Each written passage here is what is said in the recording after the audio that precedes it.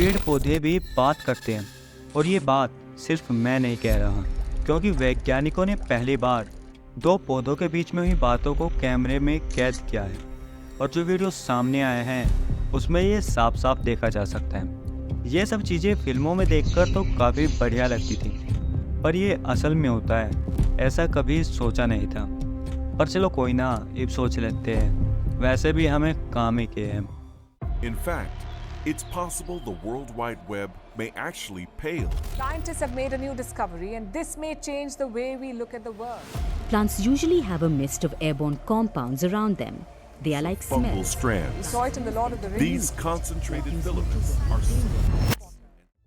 एक वो दौर था जब वैज्ञानिक समूह पेड़ पौधों को संवेदनशील ही नहीं मानता था।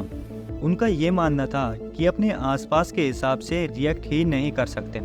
लेकिन उनका यह भ्रम जल्द ही टूट जाता है, क्योंकि 1900 के आसपास जगदीश चंद्र बोस अपनी बनाई हुई डिवाइसेस और प्रयोगों से ये प्रूव करके दिखाते हैं कि पेड़ पौधे ना सिर्फ जीवित बल्कि सेंसिटिव भी होते हैं। फिर रिसर्च जैसे जैसे आगे बढ़ती है तो हमें पता चलता है कि ऊपर से शांत दिखाई देने वाले पेड़ आपके पैरों के नीचे से बात करते हैं। जंगल में ऊपर से तो हर पेड़ अलग अलग दिखाई देता है, पर अगर ज़मीन के नीचे देखा जाए तो हमें एक बहुत बड़ा नेटवर्क दिखाई देगा, जिसे पेड़ की जड़ें और फंगी आपस में मिलकर बनाते हैं। फंगी बहुत ही बारीक और धागेनुमा जीव होता है जो ज़मीन के नीचे जाल की तरह फैला रहता है, और जीवित रहने के लिए हर जीव की तरह इन्हें भी भोजन की ज़रूरत होती है। अब ये फोटोसिंथेसिस से तो अपना भोजन बना नहीं सकते, तो ये पेड़ पौधों के साथ एक कॉन्ट्रैक्ट करते हैं कि आप हमें भोजन दे देना कार्बोहाइड्रेट के रूप में, हम उसके बदले आपको मिनरल्स और पानी ला कर देंगे। पेड़ की जड़ों और फंगी के इस नेटवर्क को वुड वाइड वेब या माइकोराइजियल नेटवर्क कहा जाता है, और ये नेटवर्क काफ़ी दूर तक फैला रहता है, जिससे बहुत सारे पेड़ आपस में कनेक्ट रहते हैं। फंगी और पेड़ की जड़ों का यह समझौता सिर्फ यहाँ तक ही सीमित नहीं रहता, क्योंकि इसका इस्तेमाल करके पेड़ पौधे आपस में भी एक दूसरे के साथ लेन देन करते रहते हैं। हर पेड़ इस नेटवर्क के जरिए अपने आसपास के सभी पेड़ पौधों से जुड़े रहते हैं। तो अगर किसी पेड़ को कोई दिक्कत होती है या फिर खाने पीने की कुछ ज़रूरत होती है तो वो एक दूसरे के साथ शेयर कर लेते हैं। और एक रिसर्च में पता चला था कि पेड़ के आसपास जो नन्हे पौधे निकलते हैं वो उनके लिए भी भोजन भेजते रहते हैं ताकि वो अच्छे से डेवलप हो सकें।